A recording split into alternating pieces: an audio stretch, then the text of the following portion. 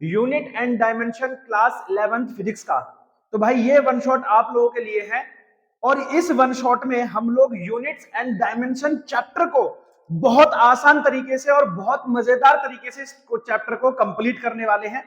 तो बच्चे जुड़ जाइए जल्दी से हमारे साथ में, सारे बच्चे, जितने भी बच्चों को इसमें टेंशन है, भाई आप लोग ये मान लो कि ये जो वन शॉट होने वाली है, इट इज द रामबाण इलाज, मतलब बहुत बेहतरीन वन शॉट में आपको देने वाला हूं। तो चलो शुरू करते हैं इस वन शॉट को, और आपको मजा आने वाला है इस वन शॉट में, है ना। और ये मानकर चलना कि अगर आपने ये पूरा चैप्टर कंप्लीट कर लिया तो दैट इज द, मतलब आप ये मान लो आपने पूरी फिजिक्स में अपनी एक पकड़ बना ली।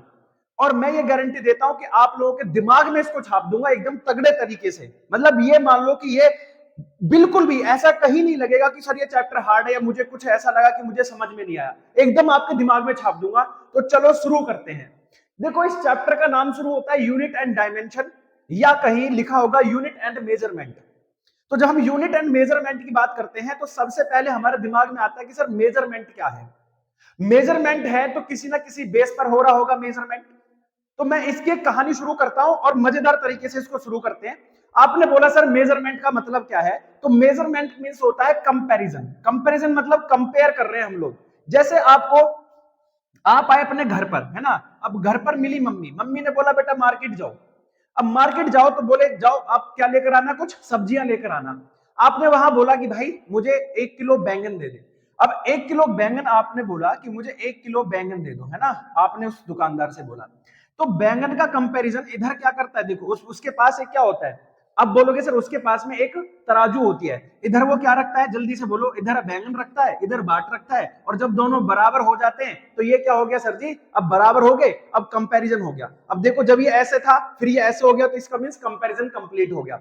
कंपैरिजन जब कंप्लीट हो जाएगा तो आप इस सिस्टम को उठा के घर ले आओगे कि भैया मैं बैंगन ले आया 1 किलो। तो दैट इज द मेजरमेंट। तो मेजरमेंट एक्चुअली क्या है, there is a comparison between two physical quantities. दो फिजिकल क्वांटिटीज के बीच में जो मेजरमेंट है वो कंपैरिजन को बताता है। अब हमारे समझ में आए कि सर फिजिकल क्वांटिटीज क्या होती हैं। तो physical quantities anything that can be measured, means कोई भी चीज जिसे हम मेजर कर सकते हैं, कोई भी ऐसी ऑब्जेक्ट जिसे हम मेजर कर सकते हैं is known as physical quantities. बोलोगे सर कौन कौन सी चीज को हम मेजर कर सकते हैं, भाई इस पेन के वेट को मेजर कर सकते हो, आप बोलोगे हाँ जी कर लेंगे, तो ये भी क्या है, फिजिकल क्वांटिटी है। ठीक है, आप बोलोगे सर मैं किसी कपड़े की लेंथ को मेजर कर सकता हूं, हाँ जी, तो लेंथ भी क्या है, आप बोलोगे फिजिकल क्वांटिटी है ना। फिर उसके बाद आपने बोला कि सर मैं क्या टेम्परेचर मेजर कर सकता हूं अपनी बॉडी का, हाँ जी कर सकते हैं। जब हमें फीवर हो जाता है तो हम डॉक्टर के पास जाते हैं, वो क्या चेक करता है, हमारा टेम्परेचर। तो क्या टेम्परेचर को मेजर कर सकते हैं, आप बोलोगे हाँ जी सर, तो ये भी क्या है, फिजिकल क्वांटिटी है। समझ में आया।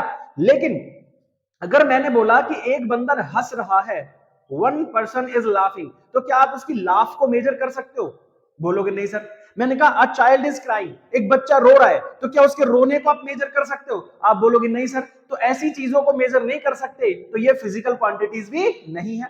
तो anything that can be measured, कोई भी ऐसी क्वांटिटी जिसको हम मेजर कर पाए वो क्या होती है, फिजिकल क्वांटिटी होती है। बात समझ में आ गई। मेजरमेंट क्या है sir, there is a comparison between two object, दो ऑब्जेक्ट के बीच में जो हम कंपैरिजन करते हैं, किसके बेस पर, आप बोलोगे फिजिकल क्वांटिटीज का जो हम मेजरमेंट करते हैं उसी को हम क्या कहते हैं, मेजरमेंट। समझ में आ गया, आप बोलोगे हाँ जी सर। अब ये जो फिजिकल क्वांटिटीज हैं ये हमारी फिजिक्स में, है ना, 3 टाइप की क्वांटिटीज होती है। बिल्कुल टेंशन मत लेना, लोड नहीं लेना, आप बिल्कुल ऐसे समझो घर में चीजें हम लोग पढ़ रहे हैं, ठीक है, एकदम तगड़े तरीके से।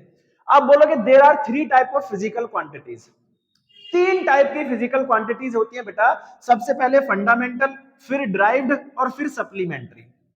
तो बात यह आई कि सर फंडामेंटल क्वांटिटीज क्या है, तो आप बोलोगे फंडामेंटल दैट आर इंडिपेंडेंट, ठीक है जी, that are independent to other quantities, ठीक है, टू अदर क्वांटिटीज, ठीक है, जो किसी भी क्वांटिटीज से बाकी किसी क्वांटिटीज से इंडिपेंडेंट रहती हैं। इंडिपेंडेंट, इनका किसी दूसरे से लेना देना नहीं है।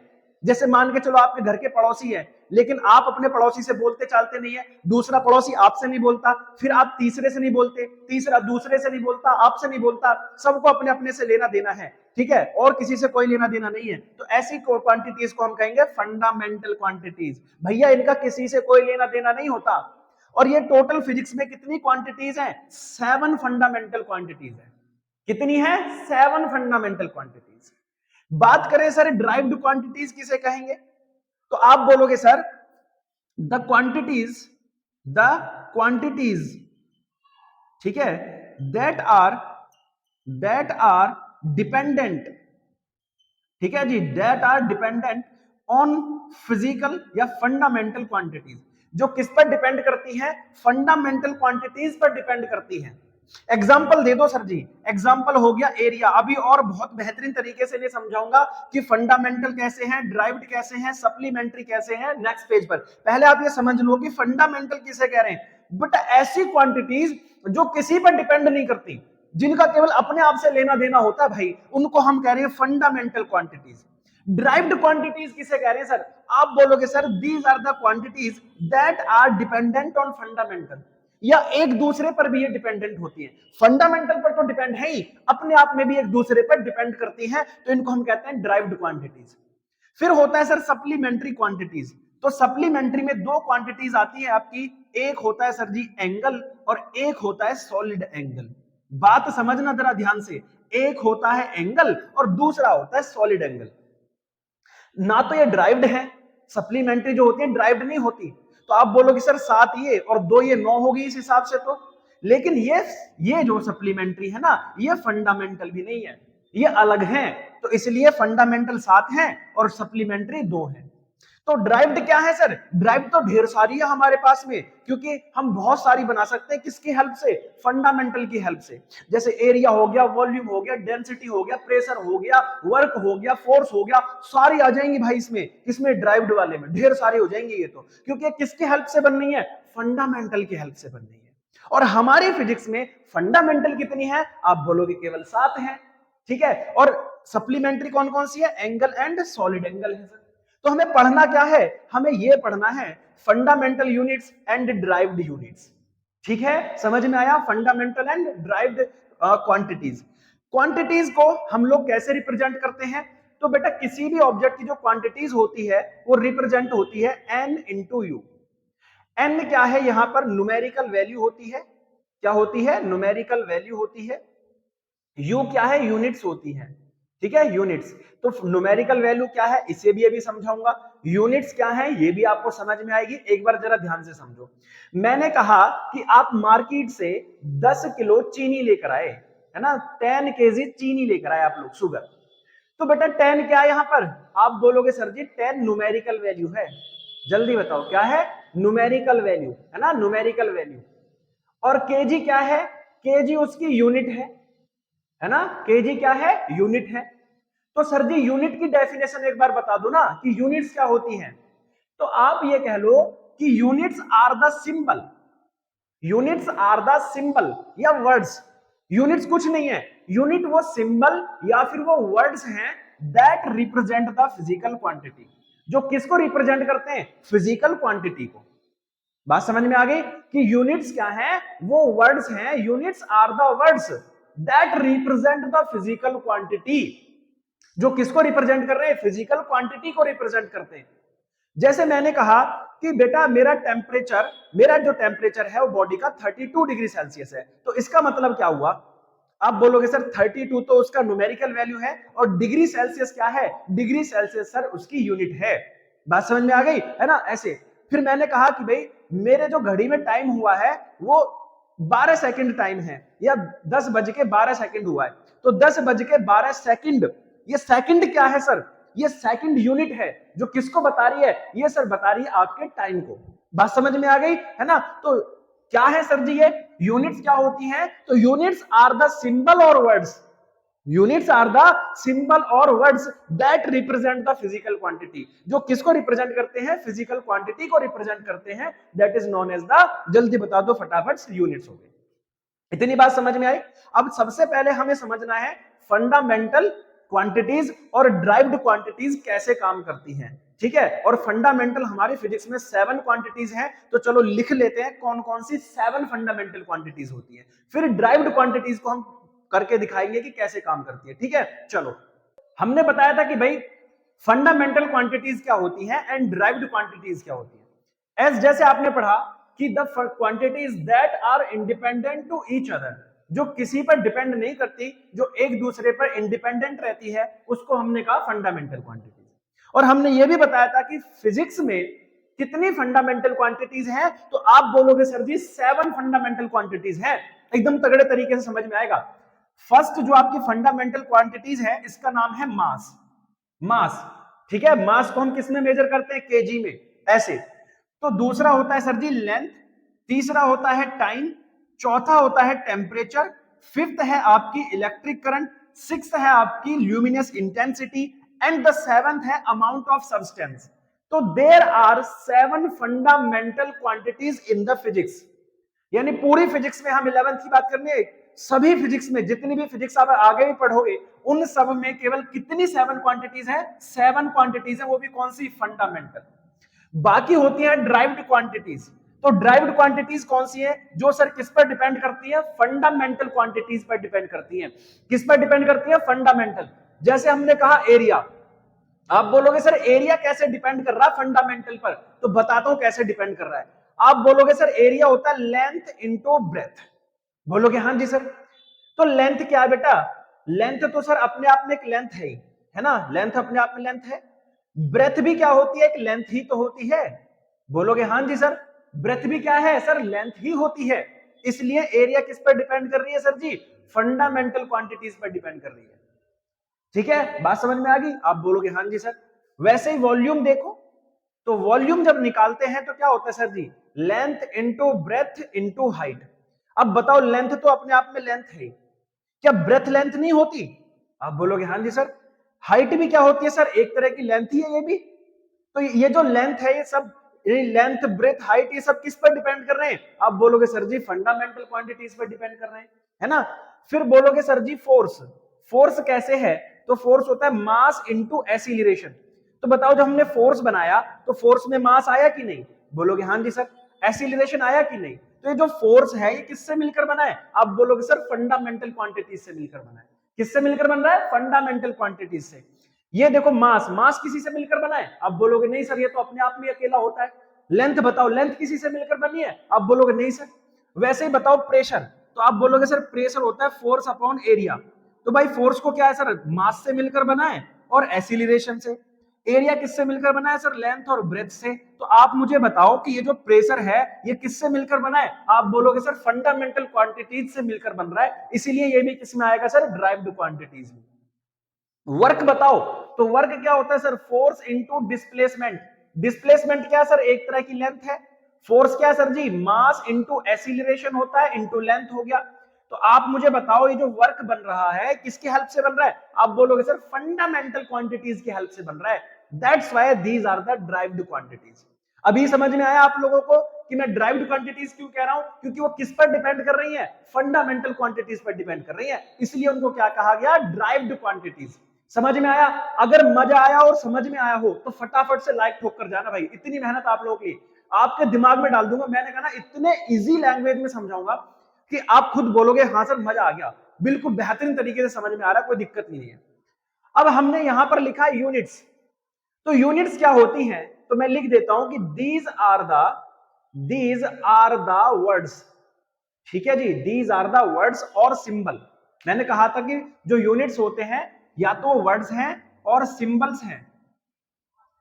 ठीक है जी, दीज आर द वर्ड्स और सिंबल दैट रिप्रेजेंट, ठीक है जी, that represent the fundamental quantities और ड्राइव, या फिजिकल क्वांटिटीज आप लिखो, जो किसको रिप्रेजेंट करते हैं? फिजिकल क्वांटिटीज को रिप्रेजेंट करते हैं।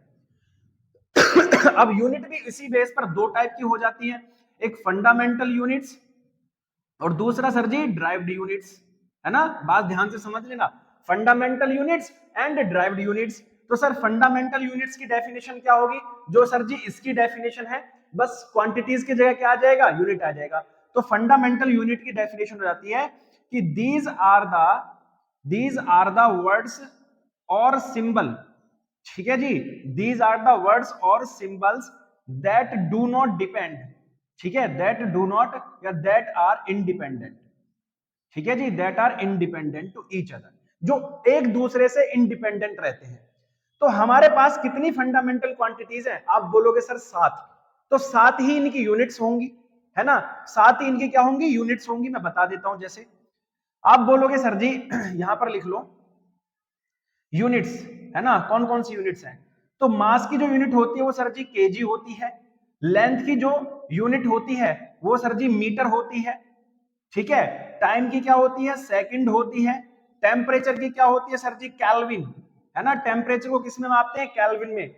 इलेक्ट्रिक करंट की क्या होती है? आप बोलोगे सर इलेक्ट्रिक करंट को हम मेजर करते हैं किसमें? आप बोलोगे एम्पियर में। किसमें मेजर करते हैं? एम्पियर में। AMPERE।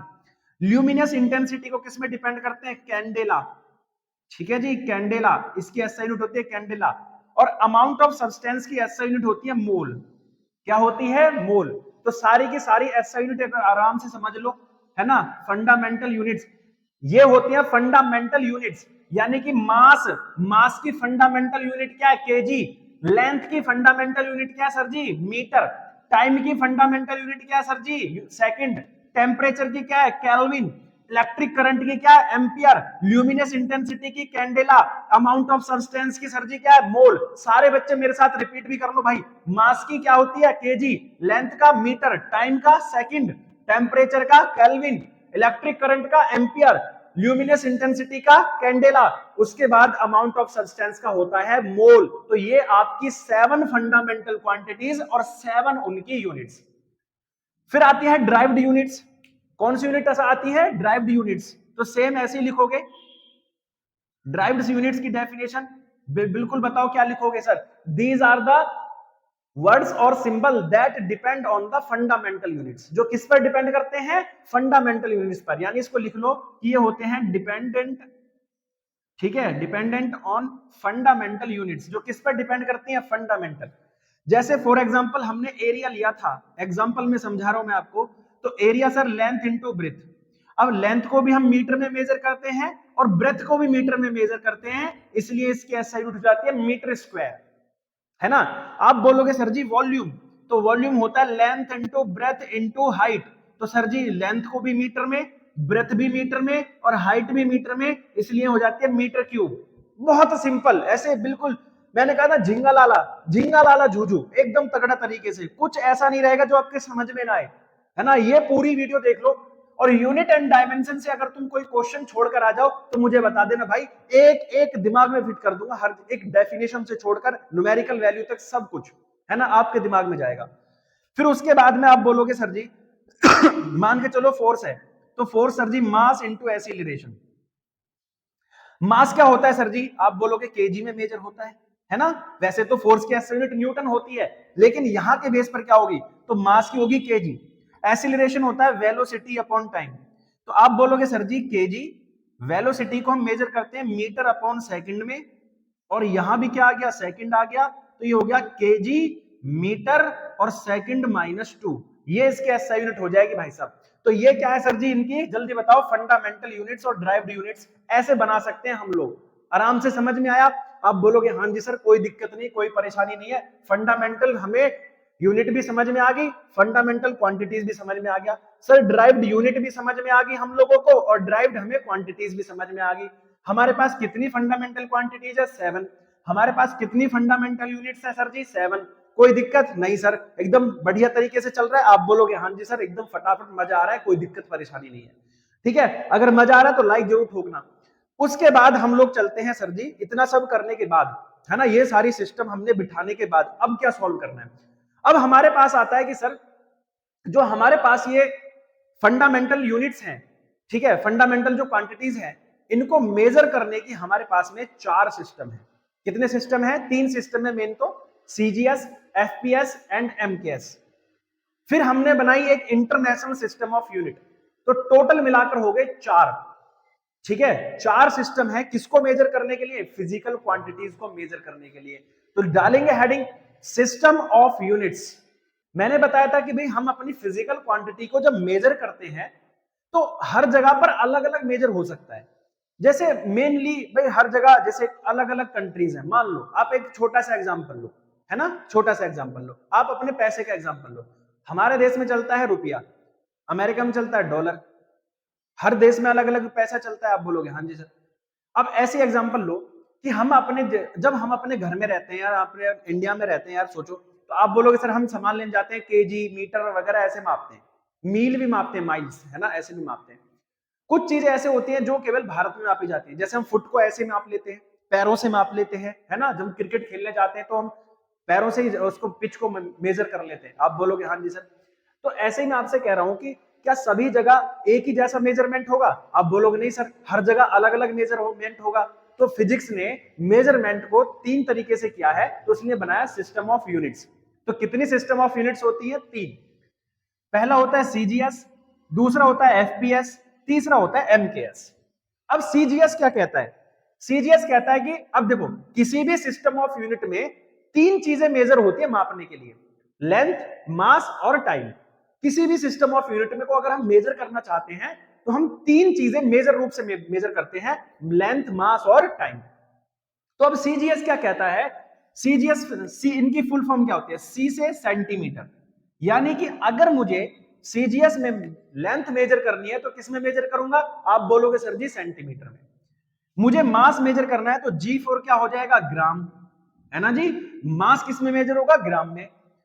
एस से हो जाएगा सेकंड, तो टाइम किस में मेजर होगा? आप बोलोगे सेकंड में सर। फिर नेक्स्ट आता है एफपीएस। एफपीएस का मींस क्या होता है कि सर, एफपीएस का मींस क्या होता है कि लेंथ किस में मेजर होगी? सर जी फुट में, है ना। मास किस में मेजर होगा? सर जी पाउंड में। और सर जी टाइम किस में मेजर होगा? आप बोलोगे सेकंड में, है ना, कोई दिक्कत नहीं है।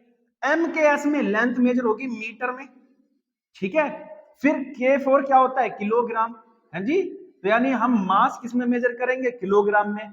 और लास्ट बचा सेकंड, तो यानी टाइम हर जगह किस में मेजर हो रहा है? सेकंड में। यानी टाइम हर जगह सेकंड है, लेकिन मास देखो आप बदल रहा है, लेंथ देखो तो भी बदल रही है। सिंपल सी बात होगी। अब एक होता है एसआई यूनिट, इसकी फुल फॉर्म होती है ना, इसकी फुल फॉर्म भी आप लोग लिख लेंगे। इसकी फुल फॉर्म होती है इंटरनेशनल, है ना, international system of, international system of units, ये इसको कहते हैं। इसका मींस क्या है? इसका मींस अपना समझो आराम से, एकदम ध्यान से। तो ये अलग चौथी एक यूनिट बन गई एसआई यूनिट। वैसे मेन 3 ही है, लेकिन जो एसआई यूनिट है ये क्या है भाई? देखो मुझे अपना सामान इंडिया से बाहर भेजना है, और इंडिया में हम मेजर करते हैं किसी एक में, इनमें से किसी एक सिस्टम में, लेकिन दूसरा कंट्री कोई दूसरी सिस्टम ऑफ यूनिट फॉलो करता है। आप बोलोगे हाँ जी सर। तो भाई मुझे बताओ कि इसमें तो सिस्टम अलग अलग हो जाएगा, सेंटीमीटर और मीटर में अंतर होता है। कोई देश सेंटीमीटर में मेजर कर रहा है, मैं बेच रहा हूं मीटर में, तो मुझे तो नुकसान हो गया। तो हम कंट्री आपस में डील कर सके, है ना, पूरा का पूरा जो कंट्रीज हैं वो आपस में अपने सामान को इधर से उधर भेज सके, एक कंट्री से दूसरे कंट्री भेज सके, इसके लिए उन्होंने क्या बनाई? एक अलग सिस्टम ऑफ यूनिट बनाई, जिसको हम कहते हैं SI unit, international system of units. समझ में आ गया? समझ में आ गया? आप बोलोगे हाँ जी sir, international system of unit. अब ये जो एसआई यूनिट है ये किसको फॉलो करती है? आप बोलोगे सर ये एमकेएस को फॉलो करती है। एमकेएस मतलब इसमें लेंथ मेजर होगी मीटर में, ठीक है जी। इसमें मास मेजर होगा किलोग्राम में, ठीक है। और इसमें टाइम मेजर होगा सेकंड में। तो ये आपकी क्या होगी जल्दी बताओ? आप बोलोगे सर जी एसआई यूनिट होगी हमारे पास में जिसमें ये एमकेएस को फॉलो करता है, यानी मीटर, किलोग्राम और सेकंड। यानी अब कहीं भी चले जाओ, अब आप अपना कोई भी चीज बेच लो, तो यहां मीटर में मेजर हुआ है तो वहां भी मीटर में मेजर होगा, यहां किलोग्राम में मेजर हुआ है तो वहां भी किलोग्राम में मेजर होगा, यहां सेकंड में मेजर हुआ है टाइम तो वहां भी सेकंड में ही मेजर होगा। बात समझ में आ गई? आप बोलोगे हाँ जी सर। कोई दिक्कत, कोई परेशानी? बोलोगे नहीं। 4 सिस्टम ऑफ यूनिट होते हैं, चारों सिस्टम ऑफ यूनिट आपको समझ में आ गए बेहतरीन तरीके से। अब मुझे बताओ, अब एक चीज यहां से पूछी जाती है कि मुझे सर कन्वर्ट करना है ना, कन्वर्ट करना है। कोई ये जो सिस्टम ऑफ यूनिट है ये फिजिकल क्वांटिटीज ही तो है। आप बोलोगे हाँ जी सर, फिजिकल क्वांटिटीज में ये सारी चीजें। अब मुझे समझ में आया कि मुझे एक फिजिकल क्वांटिटीज को दूसरी में बदलना है। फिजिकल क्वांटिटी को कैसे रिप्रेजेंट करते थे? बोलोगे एन और यू से। एन क्या है? Numerical value. यू क्या है सर जी? यूनिट्स। यूनिट मैंने बता दिया, यूनिट वो सिंबल होते हैं जो फिजिकल क्वांटिटी को रिप्रेजेंट करते हैं। तो यहाँ देखो, यहाँ जो सिंबल है वो अलग अलग है।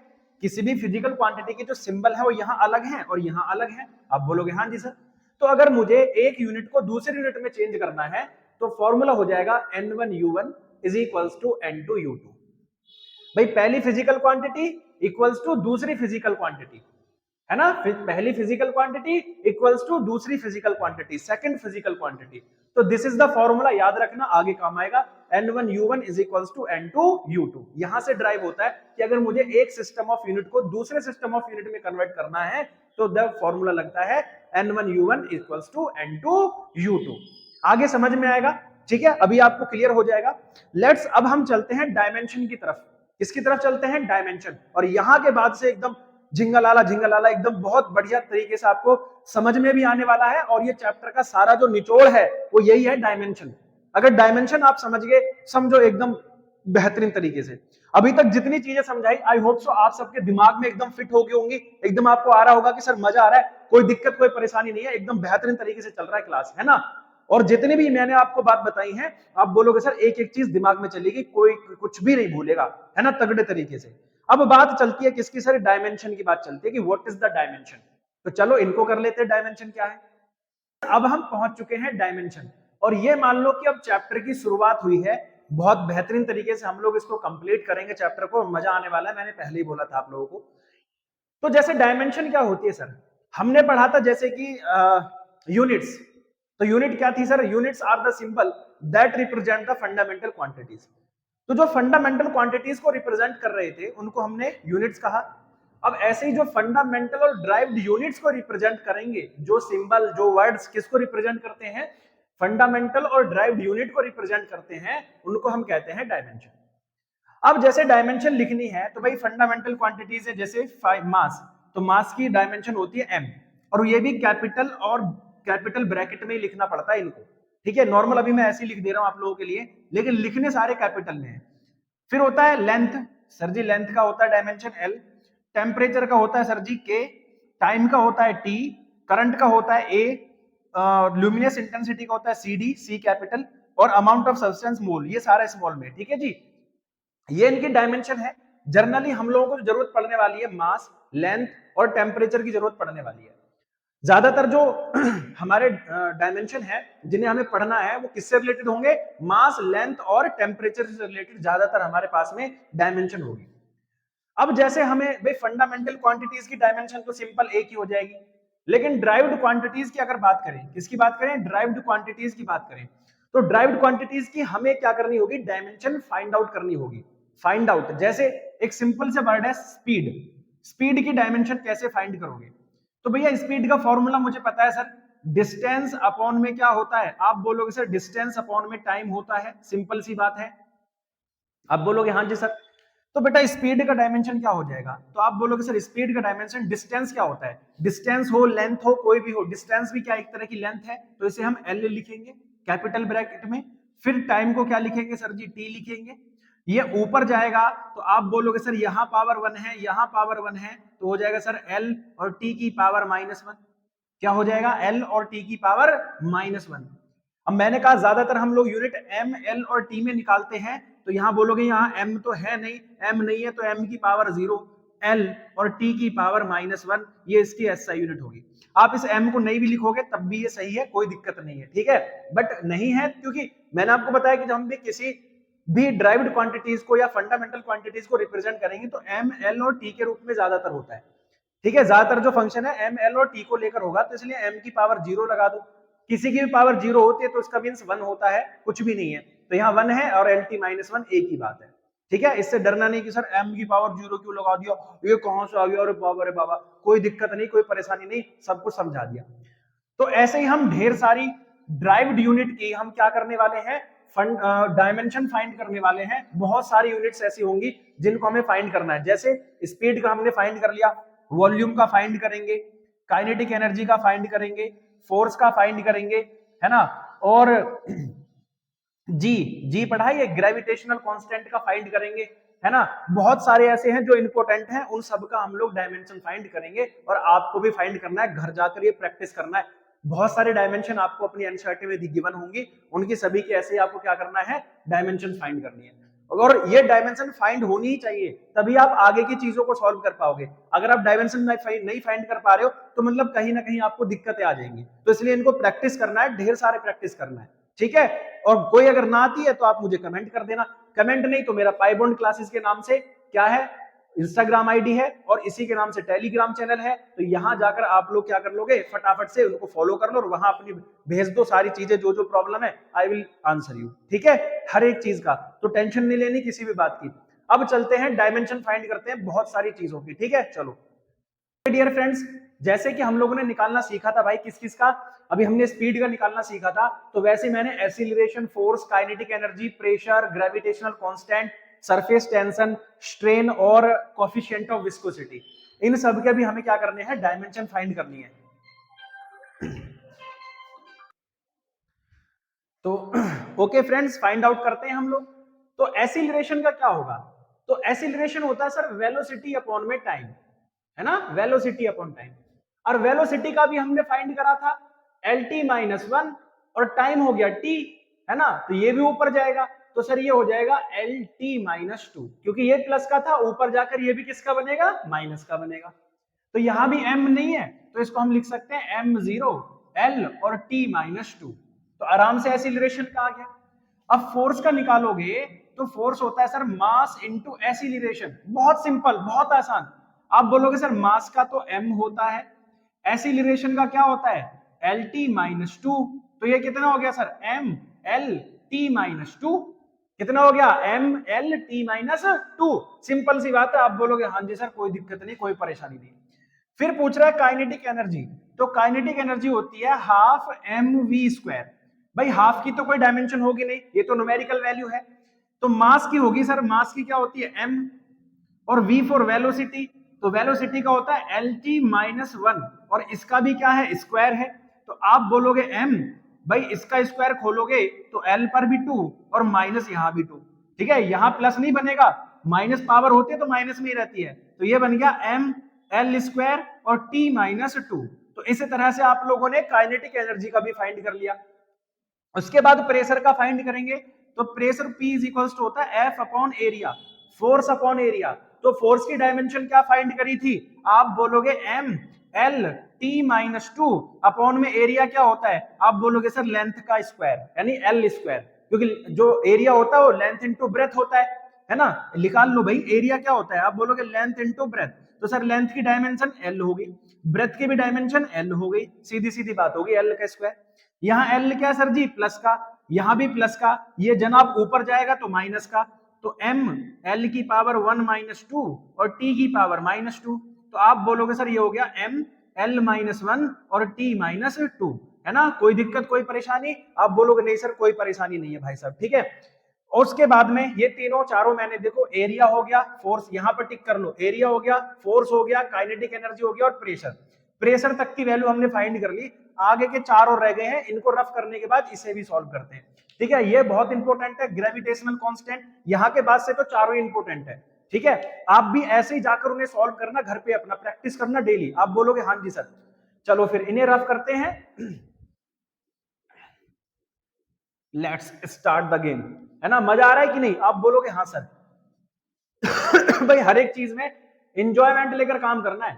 अब आप इसका फॉर्मूला लिख लो, है ना, आप बोलोगे हाँ जी सर, ये तो फॉर्मूला हम लोगों ने लिख दिया, F इज इक्वल्स टू होता है G m1m2 upon r square, मुझे G फाइंड करना है, तो ये हो गया sir F into r square G, और यहाँ m का स्क्वायर कर दो, m इंटू m मास ही तो है दोनों, चाहे पहले ऑब्जेक्ट के हो चाहे दूसरे ऑब्जेक्ट के हो, तो बस झिंगा लाला करते हैं इसका, F r square upon m square is equals to G, F की डायमेंशन क्या बताई थी, m L T minus two, R की डायमेंशन रेडियस है यानी लेंथ है, L का स्क्वायर, m क्या सर जी, मास का स्क्वायर, और ये क्या आ जाएगा G, जब आप इसको सॉल्व करोगे, यहाँ मास क्या है 1, यहाँ ऊपर जाके मास की पावर 1 माइनस टू, L की पावर 1 है और दो ये है तो 1 प्लस टू, और T की पावर माइनस टू, आप बोलोगे सर बहुत आसान, बहुत एकदम ऐसा, m की पावर माइनस वन, L की क्यूब और T की पावर माइनस टू, आप बोलोगे सर जी बहुत आसान, ऐसा बताना कैसा कैसा, बिल्कुल आसान सा, है ना, बस ऐसे कह दो।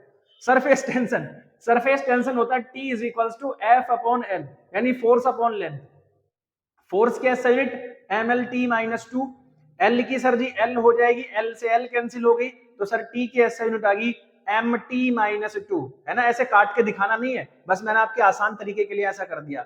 Strain, strain very important, strain क्या होता है, स्ट्रेन होता है सर जी, स्ट्रेन होता है change in length, change in length upon total length, है जी, या ओरिजिनल लेंथ। तो change in length delta L upon total L. अब डेल्टा एल की भी एसआई यूनिट क्या होगी, सॉरी डायमेंशन क्या होगी एल, और टोटल लेंथ की भी एल।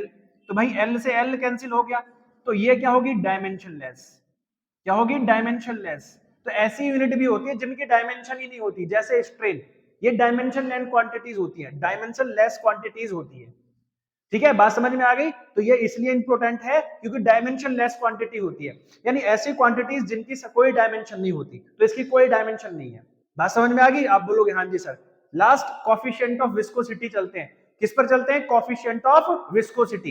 ये वेरी इंपॉर्टेंट है, इसे भी वेरी इंपॉर्टेंट की कैटेगरी में रख लेना, आते हैं इनसे क्वेश्चन, ये डायरेक्ट भी पूछ ली जाती है कि कोफिशिएंट ऑफ विस्कोसिटी की डायमेंशन क्या होगी। तो सिंपल सी बात है sir, coefficient of viscosity eta is equals to होता है force upon area into velocity gradient, velocity gradient. तो यहां से एक और डायमेंशन आपको मिल जाएगी, वेलोसिटी ग्रेडियंट क्या होता है। देखो velocity gradient delta v upon delta x होता है। डेल्टा वी मींस यानी चेंज इन वेलोसिटी, लेंथ के रेस्पेक्ट में वेलोसिटी में चेंज हो रहा है। तो delta v upon delta x, v क्या है sir ji L T minus one, velocity की एल टी माइनस वन थी, डेल्टा एक्स यानी लेंथ हो जाएगी, लेंथ से लेंथ कैंसिल होगी, तो सर टी माइनस वन बचा। यहां पुट करेंगे तो एटा इज इक्वल्स टू फोर्स की होती है M L T minus two, ठीक है जी। एरिया की होती है सर जी एल स्क्वायर, और वेलोसिटी ग्रेडियंट की होती है टी माइनस वन। तो सिंपल बता दो भाई, यहाँ एल की पावर वन है, तो आप बोलोगे सर एम एल की पावर वन और माइनस टू, टी की पावर माइनस टू, ये जनाब ऊपर गए तो प्लस के बन गए। तो ईटा की वैल्यू जल्दी बताओ कितनी आ गई, आप बोलोगे एम की पावर वन, एल की पावर माइनस वन और टी की पावर भी माइनस वन। ये होगी विस्कोसिटी, क्या होगी भैया, ये कोफिशिएंट ऑफ विस्कोसिटी ईटा की डायमेंशन होगी। ये जितने डायमेंशन मैंने 8 9 10 कराई हैं बहुत इंपॉर्टेंट है, आप इनको प्रैक्टिस करेंगे घर पे जाके डेली, ठीक है। और भी बहुत सारे डायमेंशन है, लगभग 25-30 डायमेंशन है जो आप सॉल्व करेंगे। अब थोड़ा डायमेंशन के एप्लीकेशन की तरफ चलते हैं, एप्लीकेशंस ऑफ डायमेंशन, जिनमें सबसे पहले आता है पीओएच, प्रिंसिपल ऑफ होमोजेनिटी।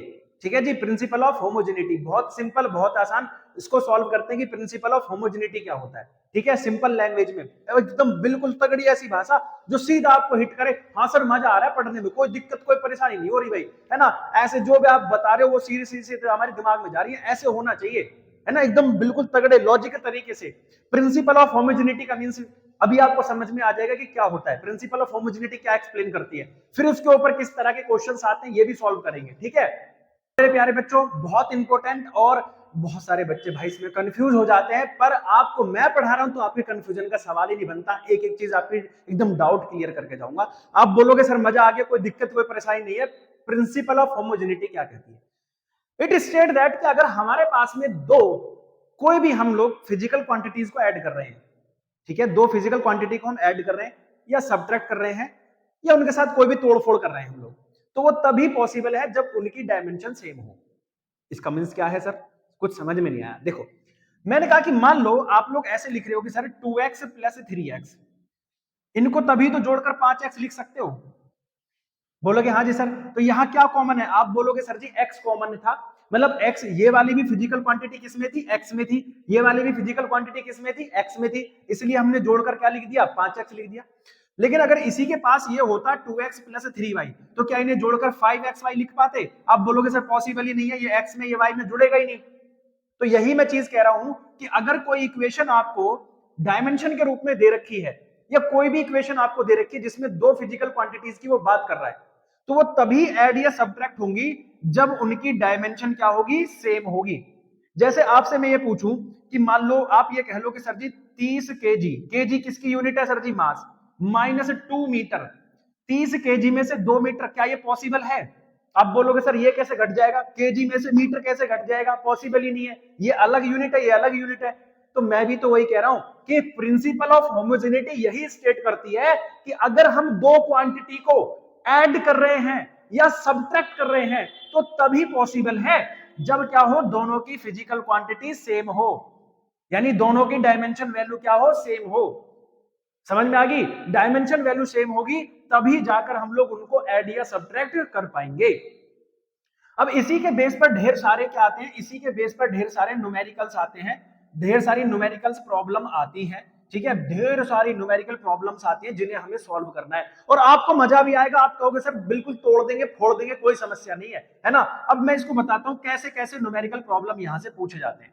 आपसे ये पूछ लिया गया कि x is equals to A T plus B T square, है ना, आपसे ये कहा गया कि x is equals to A T plus B T square, find the dimension of, find the dimension of, ध्यान से समझना, find the dimension of A and B, A और बी का डायमेंशन फाइंड करो, where where x is length, है ना जी, x is length and t is time, t is time, ये आपको गिवन है कि जहां पर x जो है वो लेंथ है और t क्या है, टाइम है, तो आपको a और b की क्या करनी है, डायमेंशन फाइंड करनी है। इस तरह के न्यूमेरिकल आपको दिए जाएंगे। अब आप बोलोगे सर जी कैसे सॉल्व करना है, तो मैंने कहा कि भाई देखो ये एक अलग चीज होगी, इसकी डायमेंशन अलग है। अब ये दोनों चीजें क्या है सर जी, ऐड हो रखी है, किसके बेस पर sir ji, principle of homogeneity के बेस पर ये ऐड हो रखी है। तो आप बोलोगे sir ji principle of homogeneity ये स्टेट करता है कि ये इक्वेशन तभी पॉसिबल है जब इसकी डायमेंशन, इसकी डायमेंशन और इसकी डायमेंशन, तीनों की डायमेंशन क्या हो, सेम हो, ये तभी पॉसिबल है, तीनों के डायमेंशन क्या हो, सेम हो। तो आप बोलोगे सर जी तो इस हिसाब से अगर इसकी डायमेंशन इसके इक्वल है तो x इज इक्वल टू क्या हो गया, 80 हो गया, बोलो हाँ, आप बोलोगे हाँ जी सर क्योंकि तीनों के डायमेंशन सेम है, डायमेंशन सेम है तो x किसके इक्वल हो गया, 80 के।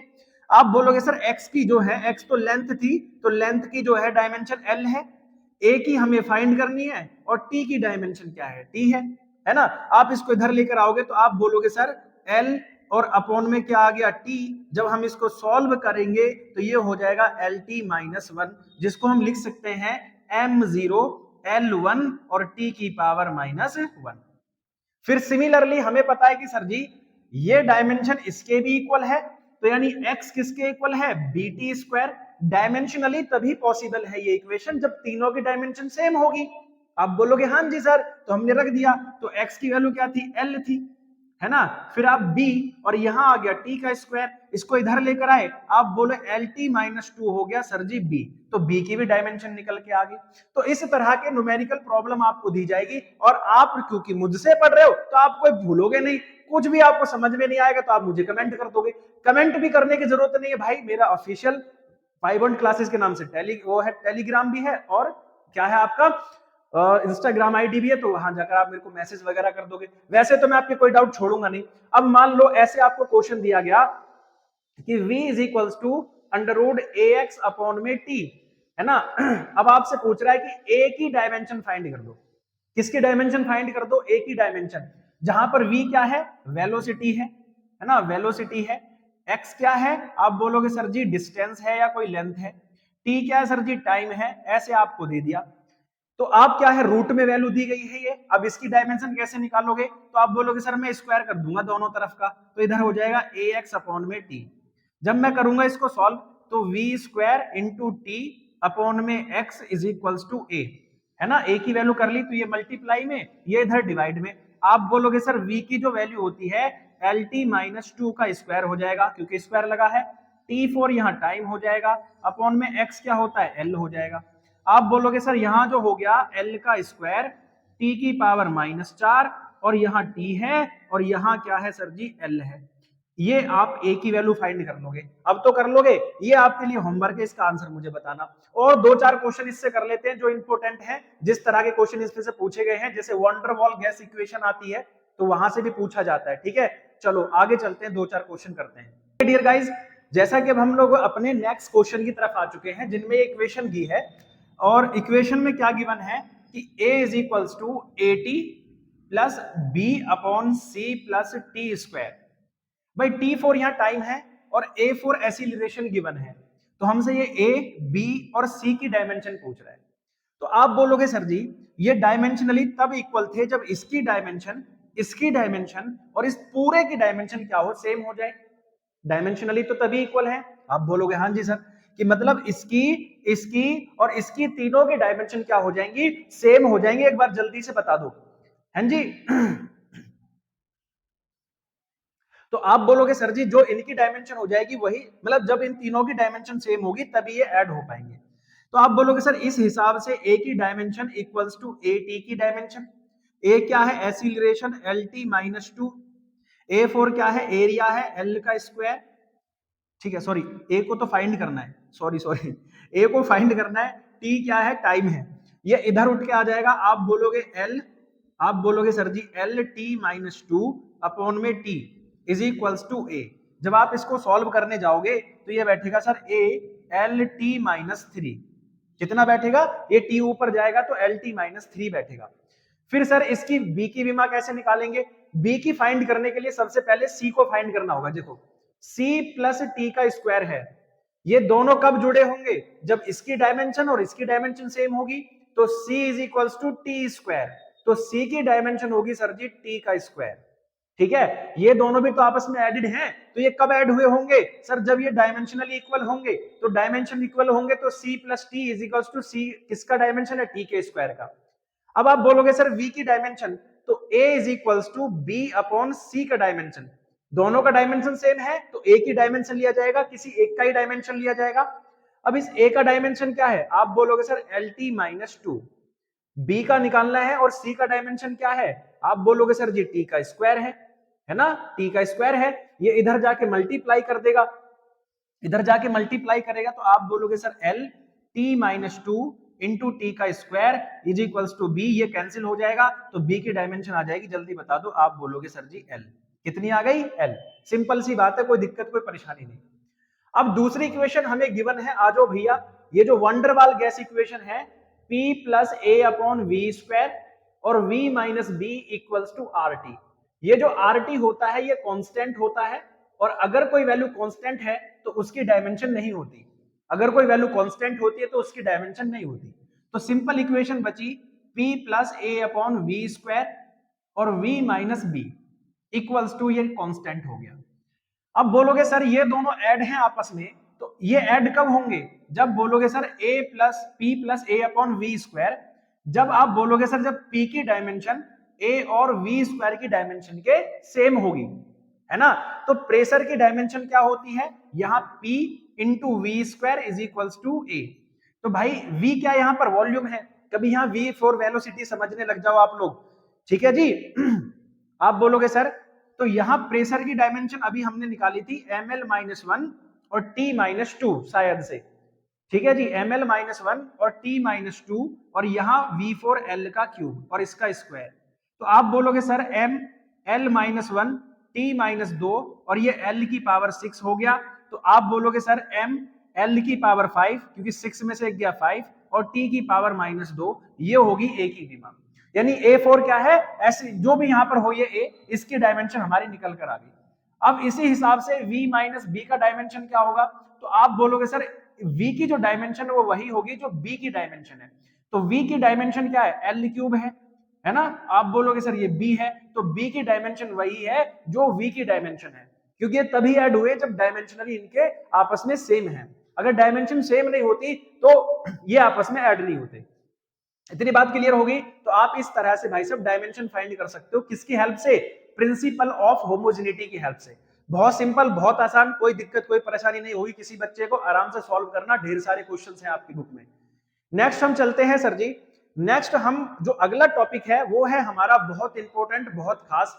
उस टॉपिक का नाम है कि हमें कन्वर्ट करना है वन यूनिट को दूसरी यूनिट में, एक यूनिट को दूसरे यूनिट में कन्वर्ट करना है, converting one unit one system of unit into another. तो मैंने एक फॉर्मूला लिखवाया था, आप लोगों को याद होगा, N1U1 is equals to N2U2, याद है। आप बोलोगे हाँ जी सर याद तो है हमें। तो इसी के बेस पर हमें कन्वर्ट करना है। अब इसे कन्वर्ट करने के लिए आपको क्या होनी चाहिए, डायमेंशन याद होनी चाहिए, है ना। नहीं याद है तो मैं यहाँ लिख दूंगा, बट आप उसको थोड़ा बहुत याद कर लेना डायमेंशन को। जब आप प्रैक्टिस करोगे ना, उनकी ढेर सारी निकालोगे, वो ऐसे ही याद हो जाएंगे, आप लोगों को रटने की कोई जरूरत नहीं पड़ेगी, ठीक है। तो चलो अब एक और फेज स्टार्ट होता है इसका, प्रिंसिपल ऑफ होमोजेनिटी को बहुत बेसिक चीजों से एंड करते हुए अब हम चलते हैं नेक्स्ट टॉपिक की तरफ, जिनका नाम है converting one system of unit into other. भाई हमने सिस्टम ऑफ यूनिट तीन टाइप के पढ़े थे, एक होता है CGS, एक होता है MKS, एक होता है FPS। तो हमने सीजीएस को, आप बोलोगे सर सीजीएस में सेंटीमीटर है ना, ग्राम, और फिर क्या था सेकंड, इसमें सर जी मीटर, फिर किलोग्राम, फिर सेकंड, इसमें सर फीट, इसमें फिर पाउंड, फिर उसमें सेकंड, इस तरह से मेजर किया था। तो जर्नली जब आप अपनी फिजिक्स क्लास 11th पढ़ते हो तो जर्नली हम बेसिकली इन दोनों को ही, या तो सीजीएस को एमकेएस या एमकेएस को सीजीएस में कन्वर्ट कर रहे होते हैं, है ना, या तो सीजीएस को एमकेएस या एमकेएस को सीजीएस। ये अभी हमारे सिलेबस में नहीं है तो इसको अभी हम छोड़ देंगे, इन दोनों के ऊपर हम डील करेंगे। अब ये कन्वर्ट कैसे करना है, तो मैंने आपको रूल बताया था N2U2 is equals to N1U1। ये हमें गिवन होगा। N1 क्या है, न्यूमेरिकल वैल्यू है ना, N1 क्या है, न्यूमेरिकल वैल्यू। N2 दूसरी न्यूमेरिकल वैल्यू हमें फाइंड आउट करनी होती है ना। U1 क्या है, फर्स्ट यूनिट, और U2 क्या है सर, सेकंड यूनिट जिसमें कन्वर्ट करना है, टू बी कन्वर्ट जिसमें कन्वर्ट करना होता है। तो यहां से फॉर्मूला निकल कर आता है N2 is equals to N1U1 upon में U2। अब आपको जब पता है कि सर जब भी हम कोई डायमेंशन लिखते हैं तो M, L और T की फॉर्म में लिखा जाता है। तो यूनिट 1 यूनिट 2 मतलब क्या है, M1 अपॉन M2, फिर क्या है सर जी L1 अपॉन L2 लेंथ हो सकता है, फिर क्या है सर जी T1 अपॉन T2, इस तरह से, है ना, कि जो यूनिट फर्स्ट है उसमें मास, लेंथ और टाइम कुछ भी आ सकता है। फिर यूनिट 2 में जब हम कन्वर्ट कर रहे हैं तो उसमें भी M2, L2 और T2 कुछ भी आ सकता है। अब जब यूनिट आती है तो आपने देखा जैसे LT-1, तो यहां पर पावर्स भी आती हैं, तो यहां पर इसकी पावर A, इसकी पावर B और इसकी पावर C लगा देंगे। आसान है, कोई दिक्कत कोई परेशानी? आप बोलोगे नहीं सर कोई दिक्कत कोई परेशानी नहीं है, आसान है। इस फॉर्मूले को अपनी कॉपी पे लिख लो और इसकी मदद से हम लोग सारी चीजों को सॉल्व करेंगे, है ना, बहुत बेहतरीन तरीके से इन क्वेश्चन को हम सॉल्व करेंगे। जैसे फॉर एग्जांपल मैंने बोला, फॉर एग्जांपल हम लोग एक क्वेश्चन करते हैं। फॉर एग्जांपल हमने बोला कन्वर्ट, ठीक है, 54 किलोमीटर पर आवर, ठीक है, स्पीड इनटू आप बोलोगे सर जी किस में कन्वर्ट करना है, 54 किलोमीटर पर आवर को आप बोलोगे, मैंने बोला मीटर पर सेकंड में कन्वर्ट कर दो, ठीक है, इनटू किस में कन्वर्ट कर दो, मीटर पर सेकंड में। अब सिंपल सी बात है, तो N1 कितना दे दिया इसने, आप बोलोगे 54, N1 कितना है आप बोलोगे 54, है ना, सिंपल सी बात है 54। फिर आप बोलोगे सर जी N2 हमें फाइंड करना है, U1 क्या है, U1 है सर जी ये क्या है, देखो स्पीड मींस क्या होती है, वेलोसिटी। तो यहां पर आप लिख लो कि वेलोसिटी में LT-1 ये इसका डायमेंशन होता है। ये डायमेंशन आपको याद होनी चाहिए, जिसका भी वो कन्वर्ट करवा रहा है उसकी डायमेंशन आपको एकदम फिट दिमाग में होना चाहिए कि भाई इसकी डायमेंशन ये होती है, तभी आप लोग फाइंड कर पाओगे। तो U1 क्या है सर जी, यानी M तो 0 है, L कितना है सर जी, लेंथ कितना है, किलोमीटर में है ना, तो L की पावर 1 है, और टाइम कितना है, टाइम की पावर -1 है। तो U1 किस किस में है, ऐसे लिखो इसको कि U1 सर पहला है, M तो है ही नहीं, मास की पावर 0 है ना, मास तो है ही नहीं, तो इसको तो U1 क्या है, तो U1 है सर जी किलोमीटर पर आवर, और U2 क्या है, U2 है सर जी मीटर पर सेकंड, इसमें हमें कन्वर्ट करना है। हम फॉर्मूला लगाएंगे, सिंपल सी बात है, हमारे पास फॉर्मूला है ना, ऐसे लिख लो यहां पर मीटर पर सेकंड। हमारे पास फॉर्मूला है कि N2 is equals to N1, फिर क्या है सर जी M, अब M तो है नहीं, तो M1 यानी कि M तो कुछ भी रख लो, उसकी पावर क्या रखोगे 0, फिर क्या है L1 L किसमें दिया यहां पर, आप बोलोगे किलोमीटर में, दूसरा किसमें पूछ रहा है सर जी, मीटर में, और इसकी पावर क्या है 1 है ना, L की पावर 1। फिर टाइम क्या है सर जी, यहां आवर में, यहां टाइम किसमें सर जी, सेकंड में, और यहां पावर क्या है -1।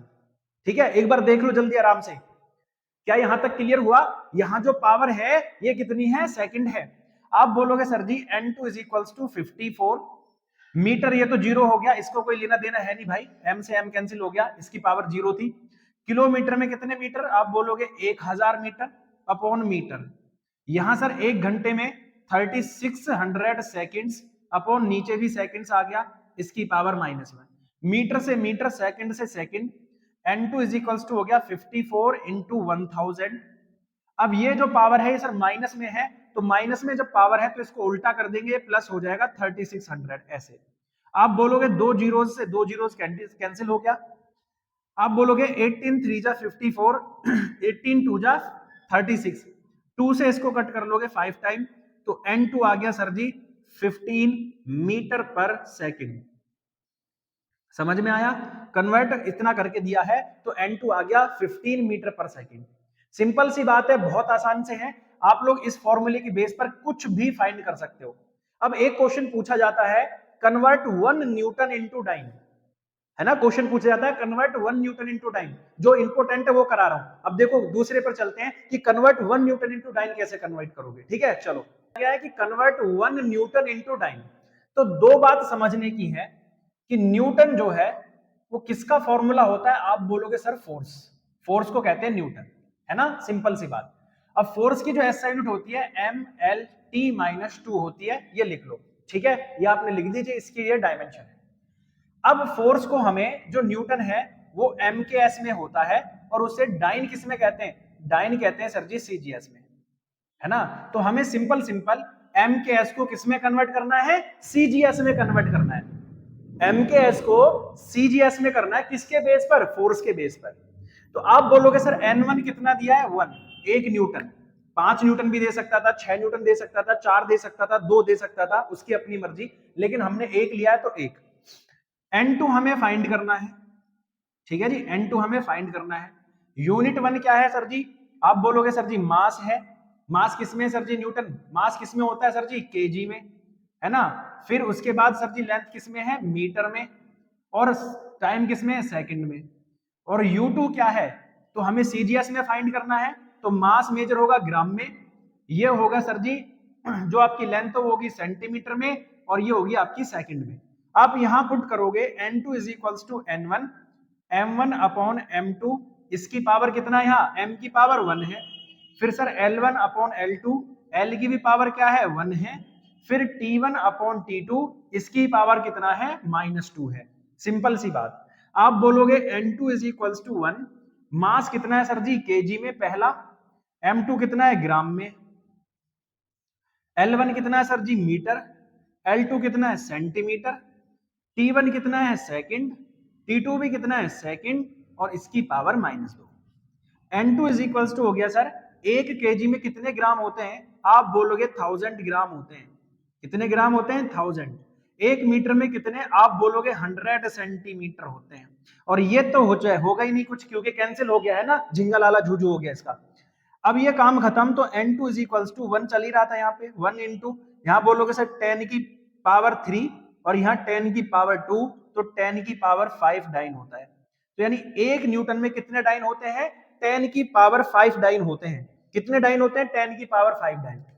उसके बाद सिंपल एक और आता है, कन्वर्ट 1 जूल इनटू अर्ग, ये भी पूछा जाता है।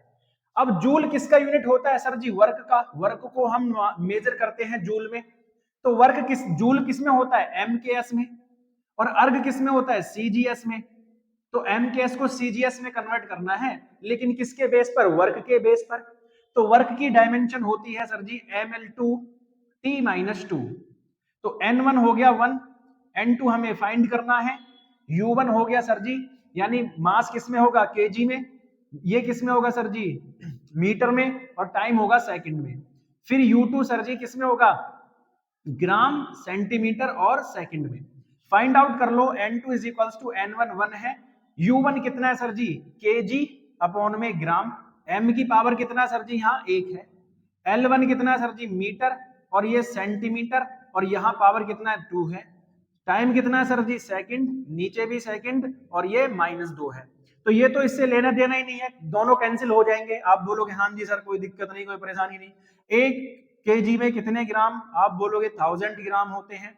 1 मीटर में 100 सेंटीमीटर अपॉन सेंटीमीटर का स्क्वायर हो गया, सेंटीमीटर से सेंटीमीटर, ग्राम से ग्राम। बोलोगे सर 1000 ये हो गया, और ये 1 2 3 4 जीरो ये हो गई, 4 और 3 कितनी हो गई? 7 जीरोस हो गई। तो 1 जूल में कितने अर्ग होते हैं? 10 की पावर 7 अर्ग होते हैं। बिल्कुल बेहतरीन, जबरदस्त, दोनों क्वेश्चन इंपॉर्टेंट है भाई साहब, आते हैं सीधा सीधा क्वेश्चन में छपके। ठीक है, convert 1 Newton into time, convert 1 joule into अर्ग, दोनों सिंपल और आसान है, कोई दिक्कत नहीं, कोई परेशानी नहीं। इसके बेस पर आप किसी भी क्वेश्चन को सॉल्व कर सकते हो। नेक्स्ट क्वेश्चन है बहुत जबरदस्त, एंड ये लास्ट फॉर्मेट है इसका, कि हमें क्या काम करना है इसे समझना है कि हम लोग रिलेशन निकालेंगे। रिलेशन किस में निकालेंगे? डिफरेंट डायमेंशन जो फॉर्मूले हैं उनमें रिलेशन फाइंड हम लोग करेंगे। ये लास्ट रहेगा इसका, जो इसकी क्या है, प्रिंसिपल ऑफ होमोजेनिटी हम लोगों ने कंप्लीट कर लिया, पहला एप्लीकेशन। दूसरा एप्लीकेशन हमने सिस्टम ऑफ यूनिट को कन्वर्ट भी कर लिया, और अब तीसरा है कि हम रिलेशनशिप फाइंड करेंगे। ठीक है, ये तीन इसकी क्या है, एप्लीकेशंस हैं, इंपॉर्टेंट और जबरदस्त, एकदम बेहतरीन तरीके से इसे भी आपके दिमाग में डाल दूंगा। और अगर मजा आ रहा हो तो फटाफट से वीडियो लाइक एंड चैनल को सब्सक्राइब कर लो। ऐसे ही गदर गदर वीडियो बनाऊंगा आप लोगों के लिए, एकदम झिंगा लाला, मतलब आपको मजा आ जाएगा कि बोलोगे सर मजा आ रहा है, कोई दिक्कत नहीं, बिल्कुल भी ये नहीं हो रहा कि हाँ कहीं हमें दिक्कत आ रही हो। ठीक है, चले फिर, आप बोलोगे हाँ जी सर। हम लोग बात कर रहे थे थर्ड टॉपिक की, थर्ड एप्लीकेशन की ऑफ डायमेंशन। तो उसमें थर्ड डायमेंशन, थर्ड प्रॉपर्टी में आता है तो ड्राइव द फॉर्मूला डायमेंशनली, यानी इसको मैं समझाऊंगा, अभी पहले समझाता हूं आराम से, फिर उसके बाद हम सॉल्व करेंगे, क्योंकि दिमाग में डालना जरूरी है। और एक बार अगर दिमाग में चला गया तो फिर चुटकियों में आंसर ऐसे ऐसे ऐसे ऐसे फेंकोगे, फिर कोई दिक्कत नहीं, कोई परेशानी नहीं है। देखो क्या है, एक हमने क्वेश्चन लिया हुआ है, पहले इस क्वेश्चन को मैं बेस मान के आपको समझाता हूं। ठीक है, यहां पर लिखा है the time period of a simple pendulum. Time period means क्या होता है, टी। अब ये जो टी है depending on the mass, length and sorry mass पर डिपेंड करता है ये। ठीक है, और ये किस पर डिपेंड कर रहा है sir ji, length of string L पर डिपेंड कर रहा है, और ग्रेविटी जी पर डिपेंड कर रहा है। तो टाइम पीरियड का फॉर्मूला निकाल दो भाई। ये जो टाइम है ये किस किस पर डिपेंड कर रहा है, मास, लेंथ और ग्रेविटी पर डिपेंड कर रहा है, और इस टाइम पीरियड का फॉर्मूला निकालना है। तो अब आप क्या करोगे, आपके दिमाग में आ रहा होगा सर हम टाइम पीरियड तो m का स्क्वायर L1 अपॉन जी ये भी लिख सकते हैं, टाइम का formula m L square upon G square भी लिख सकते हैं, टाइम का फॉर्मूला m की 2 L क्यूब जी का -1 कुछ भी ऐसे लिख सकते हैं, -2 -3। तो भाई हमें कैसे पता चलेगा सर कि टाइम का फॉर्मूला यही होगा और इसकी पावर यही आएंगी, m की पावर आएगी भी या नहीं आएगी, L की पावर 2 आएगी या नहीं आएगी, g की पावर 3 आएगी कि नहीं आएगी, मतलब हमें कैसे पता चलेगा? तो हमें इसको कैसे फाइंड करना है, डायमेंशनली फाइंड करना है। तो हम ऐसा कर लेते हैं कि हम इनको डिपेंड कर लेते हैं ना, हम इनकी पावर मान लेते हैं कि लेट कर लेते हैं कि लेट जो m की जो पावर है वो a है, लेंथ की जो पावर है वो b है, और ग्रेविटी की जो पावर है वो c है। और ये सारी की सारी किस पर डिपेंड करते हैं, टाइम पीरियड, है ना, टाइम पीरियड ही तो डिपेंड कर रहा है। तो t m की पावर a, l की पावर b और g की पावर c, ऐसे मानना है आप लोगों को। यानी हर किसी, जब भी मैं आगे ऐसे फॉर्मूला ड्राइव करूंगा तो आपको ये देखना है कि कौन सी चीज डिपेंड कर रही है। तो टाइम पीरियड डिपेंड कर रहा है इन सब चीजों पर, तो हमें फॉर्मूला भी किसका निकालना है, टाइम पीरियड का। तो टाइम पीरियड m पर डिपेंड करता है, l पर डिपेंड करता है और g पर डिपेंड करता है। अब इनकी पावर कैसे होंगी ये हमें नहीं पता, तो हम इनकी पावर को लेट कर लेते हैं a, b और c के रूप में। किसके रूप में, a, b और c। आगे भी ऐसे ही करेंगे हम लोग, एक दो और प्रैक्टिस करेंगे तब आपको और अच्छे से समझ में आ जाएगा क्या करना है। तो आप बोलोगे सर अब हमें इसको हटाना है, तो यहां पर क्या आ जाएगा, m की पावर a, l की पावर b और g की पावर c। अब हमें इनकी डायमेंशन, यानी पुटिंग द डायमेंशन, है ना, अब हमें इनकी डायमेंशन पुट करनी है। तो t की डायमेंशन तो सर t ही होती है, k की डायमेंशन कुछ नहीं, ये तो कांस्टेंट है, इसको बाद में रख लेंगे, अलग हट गया। m फॉर मास है तो मास की डायमेंशन मास ही होती है, लेंथ है तो लेंथ की डायमेंशन लेंथ ही होती है, ग्रेविटी है तो इसकी डायमेंशन LT-2 होती है, यानी ग्रेविटी एसिलरेशन होता है। ठीक है, इस वजह से तो सर यहां हम ऐसे लिख सकते हैं m की पावर 0, है ना, m की पावर 0, l की पावर 0 और t की पावर 1। यहां क्या करोगे सर, m की पावर तो a है, l की पावर यहाँ b है, इसको सॉल्व करो, यहाँ सर l की पावर c है और t की पावर -2c है ना। और मल्टीप्लाई में पावर ऐड हो जाती है भाई साहब, मल्टीप्लाई में पावर ऐड होती है तो वो क्या है सर, m की पावर 0, l की पावर 0, t की पावर 1। यहां जब हम देखेंगे तो m की पावर a, l की पावर b प्लस c, क्योंकि l यहां भी है और l यहां भी है, और t की पावर -2c। तो आप बोलोगे सर जी अब हम कंपेयर करेंगे, कंपेयरिंग ऑफ पावर, अब इनकी पावर की कंपैरिजन करेंगे। तो यहां m की पावर क्या है, a, इधर m की पावर क्या है, 0, तो a की वैल्यू कितनी हो गई, 0, a की वैल्यू कितनी हो गई, 0। यहां l की पावर क्या है, b प्लस c, यहां l की पावर क्या है, 0, तो b प्लस c हो गया 0। टी की पावर यहाँ क्या है -2c, यहां टी की पावर क्या है सर जी 1, तो c की वैल्यू आ गई 1/2, वो भी माइनस में। अब c की वैल्यू अगर यहां पुट कर दे तो b -1/2 इक्वल्स टू 0, तो b की वैल्यू आ गई प्लस में 1/2, तो a की वैल्यू मिल गई, b की वैल्यू मिल गई और c की वैल्यू मिल गई। अब ये पावर मिल गई इन्हें यहां पुट कर दो, है ना, यहां पुट करोगे, इस वाली इक्वेशन में पुट करोगे तो क्या निकल के आएगा, आप बोलोगे सर जी t, है ना, प्रोपोर्शनल या k रहने दो, t is equals to k, m की पावर क्या थी 0, है ना, m पर डिपेंड ही नहीं कर रहा, वो m की पावर 0 है। l की पावर क्या है सर जी 1/2, क्योंकि b है, b की वैल्यू 1/2, और g की वैल्यू क्या है सर जी -1/2, तो t इज इक्वल्स टू हो गया k, किसी की भी पावर 0 तो इसका मीन्स 1 होता है और l की पावर 1/2 है प्लस में, g की पावर माइनस में है तो इसे नीचे ले आओ, ये प्लस में बन जाएगी, और किसी की भी पावर अगर 1/2 होती है मेरे बेटे तो आप बोलोगे उस पर लग जाता है रूट, तो रूट l पर भी लग गया और रूट g पर भी लग गया, तो दोनों पर रूट लग गया, तो दोनों को एक ही रूट में रख लो, तो ये इनका फॉर्मूला निकल के आ जाएगा, ये देखो।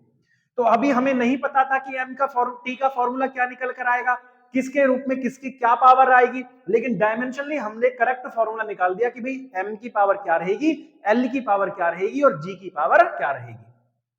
सिंपल सी बात है, आप बोलोगे हाँ जी सर। एक और क्वेश्चन करते हैं और फिर आपको समझ में आएगा कि हाँ सर इस तरह से हमें करना है, ठीक है। एक और क्वेश्चन मैं आपका लिखता हूं और फिर हम उसे सॉल्व करेंगे। इसका इस क्वेश्चन बहुत बेहतरीन आप लोगों के लिए और आप लोगों को इसे सॉल्व करना है, ठीक है, बहुत इंपॉर्टेंट है और अमेजिंग भी क्वेश्चन है। जैसे यहां पर लिखा है कि an object is moving in a circular path, कि एक ऑब्जेक्ट सर्कुलर पाथ पर ऐसे मूव कर रहा है। अब सर्कुलर पाथ पर जब वो चलेगा तो इसकी कोई ना कोई रेडियस होगी, आप बोलोगे हाँ जी सर, तो इसकी रेडियस है r, और जब भी वो मूव करता है तो एक centripetal force, centripetal force means एक फोर्स इसके सेंटर की तरफ लगेगा ऐसे इस पर। तो अब मान लो कि वो फोर्स F है, आपको उससे कोई लेना देना नहीं है कि कौन सा है कौन सा नहीं, कि सेंट्रीपिटल फोर्स जो है मास पर, वेलोसिटी पर और रेडियस पर डिपेंड करता है। तो सीधी सीधी बात है कि जब सिर्फ फोर्स डिपेंड कर रहा है किस पर, मास पर, तो मास की पावर a, वेलोसिटी पर तो वेलोसिटी की पावर b, और रेडियस पर तो रेडियस की पावर c। यही तो बोला था मैंने, कौन सी चीज डिपेंड कर रही है, सिर्फ फोर्स डिपेंड कर रहा है, किस किस पर डिपेंड कर रहा है, मास पर, फिर सर जी किस पर डिपेंड कर रहा है, वेलोसिटी पर, और फिर डिपेंड कर रहा है रेडियस पर।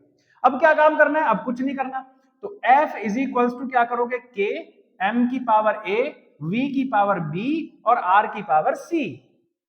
अब आप बोलोगे सर इनकी डायमेंशन पुट करनी है, तो डायमेंशन जब रखेंगे तो M L T minus 2 force की डायमेंशन होगी, के को हमें लेना नहीं है, मास की डायमेंशन एम ही होती है, वेलोसिटी की एल टी माइनस 1 होती है, और रेडियस की सर एक लेंथ है तो इसकी भी एल हो जाएगी। अब आप बोलोगे sir M L T minus 2, M की पावर हो गया ए, ये हो गया सर एल की पावर बी, टी की power minus C, sorry minus B, है ना बी, फिर एल की पावर में सी। तो आप बोलोगे sir M L T minus 2, यहां हो गया एम तो अकेला है तो एम की पावर ए, यहां एल है यहां भी एल है तो एल की पावर बी प्लस सी, और टी की पावर माइनस बी, है जी, टी की पावर माइनस बी। कोई दिक्कत, आप बोलोगे नहीं। अब यहां पर कंपेयर करेंगे हम पावर्स की, कंपेयरिंग द पावर्स, है ना, तो m यहां भी है m यहां भी है, तो a की वैल्यू हो गई 1, यहां b प्लस सी है और यहां क्या है 1 है, तो b plus C equals to 1, यहां t है, यहां t माइनस b है और यहां t माइनस 2 है, तो सर b की वैल्यू आ गई, आप बोलोगे 2। b अगर 2 है यहां पुट करोगे 2 प्लस सी इक्वल्स टू 1, तो c की वैल्यू होगी -1, कितनी होगी -1। अब हमारे पास में a b c, a b और c, मैं यहां कर देता हूं अगर ये दिखाई नहीं दे रहा है तो भाई यहां कर देता हूं, b plus C equals to 1 था, b की वैल्यू 2 थी, तो 2 प्लस सी इक्वल्स टू 1, तो 1 माइनस 2, तो c की वैल्यू -1। a b c की वैल्यू मिल गई, यहां पुट कर दो, तो f इज इक्वल्स टू हो जाएगा सर m की पावर 1, v की पावर b, b का वैल्यू होता है 2, और r है तो r की, है ना, मल्टीप्लाई लगाओ या मत लगाओ एक ही बात है, r की पावर -1। अब -1 है तो ये एम वी स्क्वायर हो गया, किसी की पावर -1 होती है तो कहां जाती है, नीचे चली जाती है, तो ये फॉर्मूला निकल कर आ गया, यहां कांस्टेंट डाल लेंगे आप लोग, के एम वी स्क्वायर अपॉन में आर। ठीक है, ये के क्या है, कांस्टेंट, एयर के लिए 1 होता है, इससे कोई टेंशन नहीं है, तो सीधा सीधा फॉर्मूला हो गया एम वी स्क्वायर अपॉन में आर। ये फॉर्मूला निकल के आ जाएगा सेंट्रीपिटल फोर्स का। बोलो कोई दिक्कत, कोई परेशानी? आप बोलोगे नहीं सर एकदम जबरदस्त तरीके से समझ में आया, कोई प्रॉब्लम नहीं है।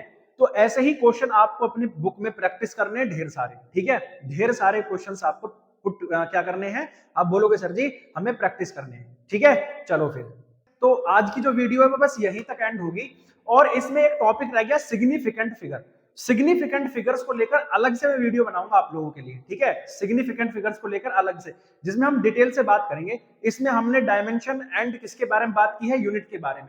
एक्चुअली वो भी इसी का पार्ट होता है, मेजरमेंट का ही पार्ट होता है, लेकिन उसमें बहुत सारी बातें हैं। वो 15 से 20 मिनट की वीडियो अलग से बना दूंगा, उसे आप अलग से एकदम एंजॉय करने के साथ पढ़ेंगे, है ना। ये ज्यादा वीडियो लेंदी भी नहीं होनी चाहिए और आपको मजा भी आनी चाहिए, इसलिए हम इसको यहीं पर रोक रहे हैं। और सिग्निफिकेंट फिगर की वीडियो आप ध्यान रखना, मैं अगली वीडियो में डाल दूंगा, ठीक है। अगला जो पार्ट आएगा सिग्निफिकेंट फिगर को लेकर वो अलग से आ जाएगा आप लोगों के लिए। तो बच्चे कैसी लगी वीडियो आप अपनी कमेंट में राय देना, और अगर मजा आया हो, ऐसी ही वीडियो चाहते हैं तो कमेंट में लिख देना भर भर के कि हाँ सर ऐसी वीडियो बनाओ, एकदम मस्त, एकदम मजेदार चीज से हम झिंगालाला कर देंगे इस पूरी फिजिक्स को, अगर ऐसे पढ़ते रहे तो। चलिए मिलेंगे आप लोगों से अगली वीडियो में, तब तक के लिए बाय बाय।